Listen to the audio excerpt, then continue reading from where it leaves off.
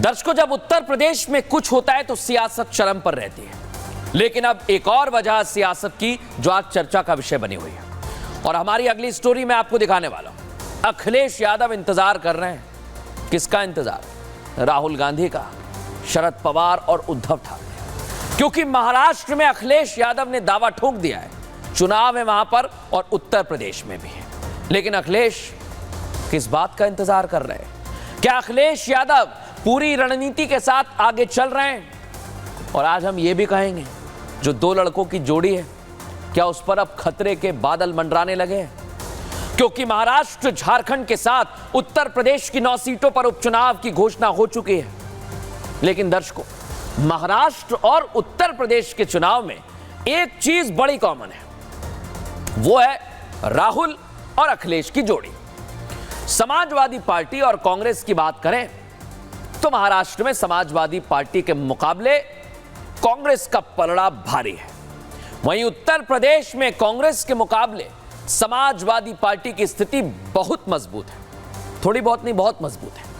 लेकिन इन सब के बीच अखिलेश यादव यूपी विधानसभा उपचुनाव को लेकर 6 सीटों पर उम्मीदवारों का ऐलान कर चुके हैं और यहीं से कांग्रेस को बिना बताए, चर्चा किए जब ऐलान किया तो यह सुगबुगाहट तेज है, क्या जोड़ी टूटने वाली है?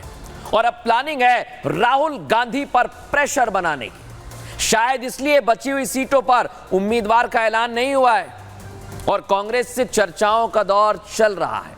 लेकिन अखिलेश कैसे राहुल पर प्रेशर बनाने की कोशिश में लगे हुए हैं, यह आज हम आपको बताने वाले हैं।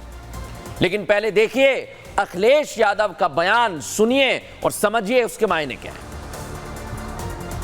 हमारी कोशिश होगी कि इंडिया गठबंधन के साथ लड़ें, सीटें मांगी हैं और हमें उम्मीद है कि जहां हमारे 2 विधायक थे और हमें सीटें भी ज्यादा देंगे और हम पूरी मजबूती के साथ इंडिया गठबंधन के साथ खड़े होंगे। यूपी में अखिलेश यादव के पास मुद्दे हैं, इसलिए वो हावी नजर आ रहे हैं और इसलिए राहुल गांधी और बाकी जितने भी साथी हैं उनकी टेंशन बढ़ गई है। रिपोर्ट देखिए।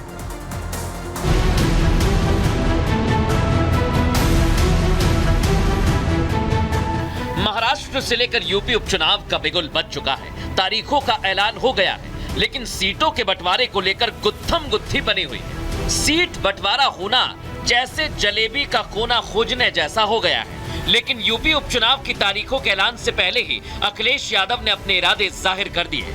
6 सीटों पर उम्मीदवारों की घोषणा कर दी। न कांग्रेस से पूछा और न कुछ देने की बात कही। कांग्रेस सपा की लिस्ट को सिर्फ देखती रह गई। अब बची हुई सीटों पर अखिलेश राहुल गांधी पर दबाव बनाते दिखाई दे रहे हैं, प्रेशर पॉलिटिक्स कर रहे हैं। महाराष्ट्र में महाविकास आघाड़ी की गाड़ी सीट बंटवारे में वक्त से पीछे चल रही है। इस बीच अखिलेश यादव ने भी अपने सुर बुलंद कर दिए, कह दिया कि महाराष्ट्र में 2 विधायक हैं तो ज्यादा सीट मिलनी चाहिए। हमारी कोशिश होगी कि इंडिया गठबंधन के साथ लड़ें, सीटें मांगी हैं और हमें उम्मीद है कि जहां हमारे 2 विधायक थे और हमें सीटें भी ज्यादा देंगे और हम पूरी मजबूती के साथ इंडिया गठबंधन के साथ खड़े होंगे। समाजवादी पार्टी महाराष्ट्र में ज्यादा सीट मांग रही है और शायद इसलिए यूपी उपचुनाव में बची हुई सीटों को लेकर सहमति नहीं बन पाई है और ना ही अभी तक उसकी कोई सुगबुगाहट सुनाई दी है। अब मैं आपको यह बताने वाला हूं कि अखिलेश यादव राहुल गांधी पर क्यों प्रेशर बना रहे हैं, कैसे प्रेशर बना रहे हैं। आइए जरा आपको समझाता हूं, इस तराजू से समझिए। सपा की प्रेशर पॉलिटिक्स क्या है? महाराष्ट्र में विधानसभा चुनाव है, कांग्रेस पार्टी बड़ी पार्टी है, इसलिए राहुल गांधी का वजन ज्यादा है क्योंकि 37 सीट है और अखिलेश 2 पर अटके हुए हैं।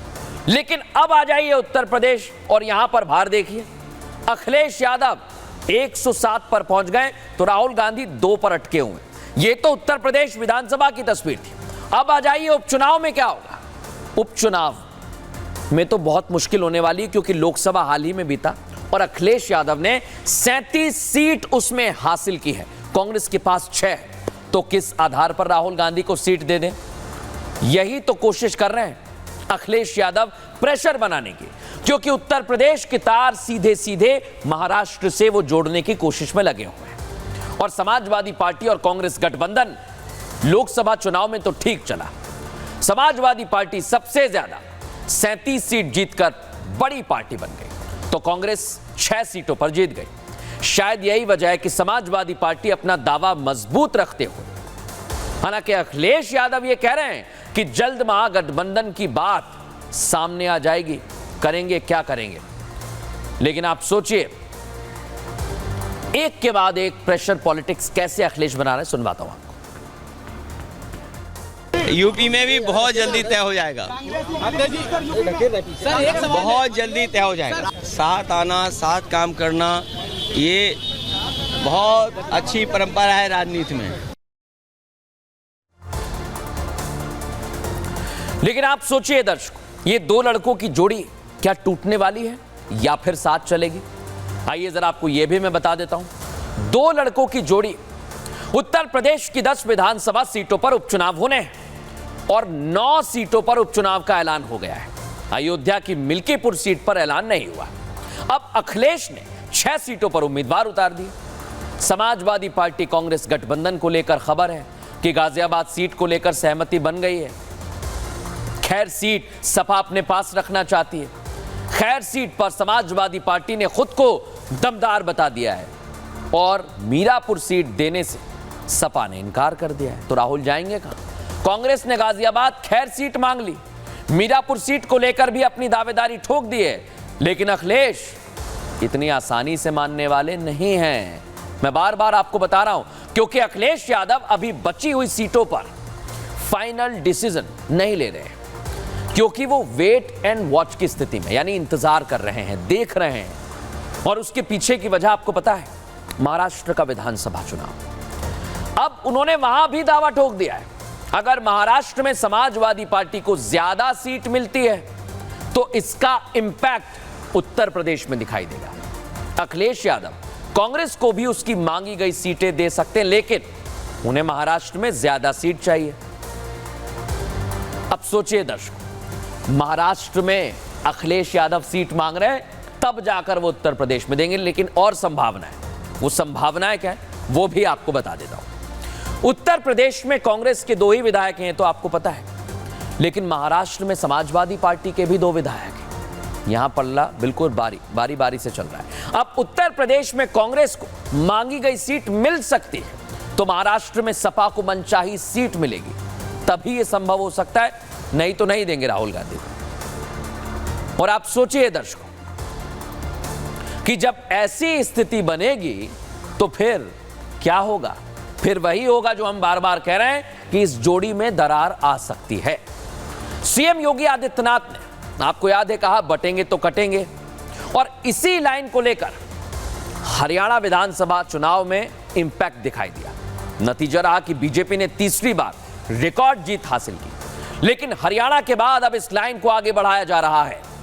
महाराष्ट्र हो या फिर झारखंड या फिर उत्तर प्रदेश का उपचुनाव, सीधा संदेश यही है कि इसी लाइन पर आगे बढ़ा जाएगा।